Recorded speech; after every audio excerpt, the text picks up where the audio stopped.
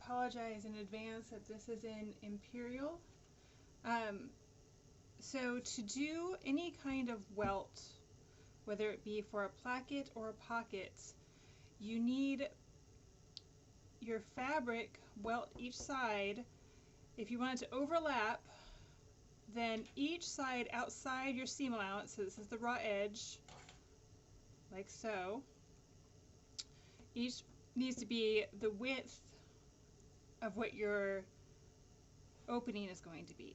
So your seam allowance is 3/8 inch or 1 centimeter in this case, and your entire opening is going to be 3/4 of an inch. So in order for these to overlap to make a button placket, each side of the fold will have to be 3/4 of an inch when it folds over to cover up the hole. Unlike a usual double welt, if you're doing a pocket, then it's going to be equal across so they butt up against each other after you fold in. Okay, now I know it's really abstract and it takes a lot of spatial reasoning skills, so let's go over what it looks like. First, you pin it down. Okay, this is your opening. It would be the same thing if it was a pocket. This would just be centered and you'd make a full rectangle. Okay, but in this case, when we're sewing, we're having double the width of fabric on the outside of our seam allowance that we have on the inside so that they overlap and make a button placket. We're keeping one side open. Okay, so you pin it first. Then you're going to sew it, and then you make sure you have perfect square corners here. Okay, this hasn't been cut yet. This is just the sew. You stop and start at the beginning. Go around.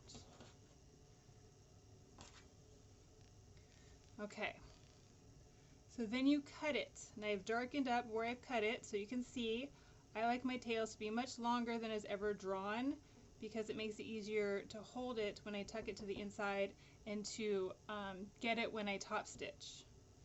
So you cut it right down the center and then all the way to, but not through, your little right corners. Okay, this is the part we're having problems with. This would be what it would look like if you were making an open welt, right? So I flipped everything to the inside. There's my tails, my triangle. Here's what it looks like. Okay, I ironed everything to the inside. Now I take these parts and I iron them back on top of each other. See? How then that makes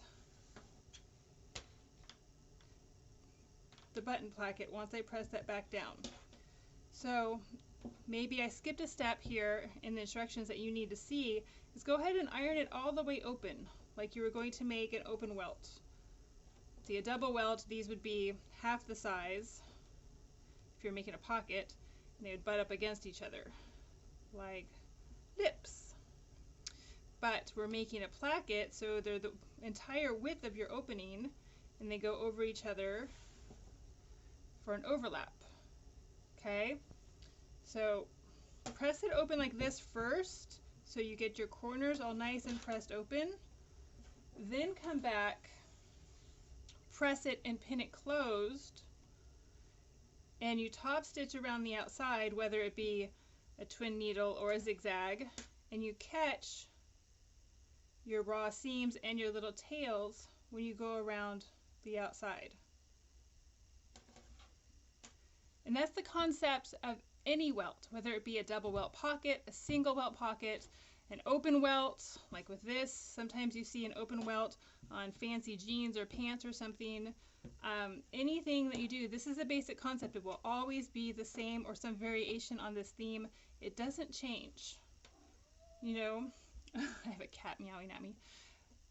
Your key points are cutting these, making sure this is square and you don't have any overstitching because that will give you puckers, and being patient with this part right here, just steaming it and pressing it, and no matter what, it will always look like this. Now I've done these probably 1,000 times now, so it's kind of unfair of me to say that it's easy. It's not.